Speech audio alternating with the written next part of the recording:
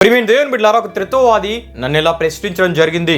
Brother, Bible ప్రకారంగా దేవుళ్ళు ముగ్గురు కదా, మీరేంటి దేవుడు ఒక్కడే అని అంటున్నారంటూ దావీదు కీర్తన 110వ కీర్తన 1వ చరణంలోని విషయాన్ని చూపిస్తూ దీనికి మీ సమాధానం కావాలి బ్రదర్ అని ప్రశ్నించడం జరిగింది.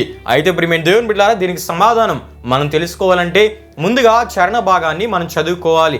ఆ చరణ భాగంలో మనం చూస్తున్నప్పుడు నా ప్రభుతో సెలవిచ్చిన వాక్కు, నేను నీ శత్రువులను నీ పాదములకు పీఠముగా చేయవరకు నా కుడి పార్శ్వం నా కూర్చుండుము అని మనం చూడగలం. అయితే ఇందులో ఇద్దరు ప్రభువులు కనబడుచున్నారు కదా, మీరేంటి బ్రదర్ దేవుడు ఒక్కడే అని చెప్పుచున్నారని ప్రశ్నించడం జరిగింది. అయితే ఇటువంటి వారు తెలుసుకోవాల్సిన సత్యం ఏమై ఉన్నదంటే 110వ కీర్తన 1వ చరణంలో ఉన్నట్లు నా ప్రభువుతో అనగా దీని అర్థం ఏమైనదంటే ఉన్నవాడైన ప్రభువు అభిషక్తునిగా దావీదు సంతానంలో ఉండి రాబోచున్నాడు.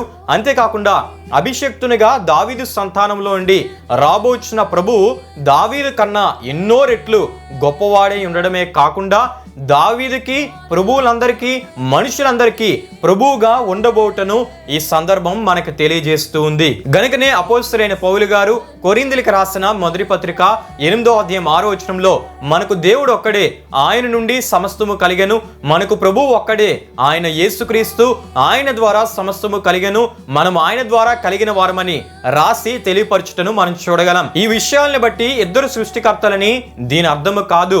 దీని అర్థం ఏంటంటే దేవుడు ఒక్కడే, ప్రభువు ఒక్కడే, ఆయనే యెహోవా యేసుక్రీస్తు పరిశుద్ధాత్మను ఏకైక దేవుడు అని దీని అర్థమై ఉన్నది. ఆమేన్.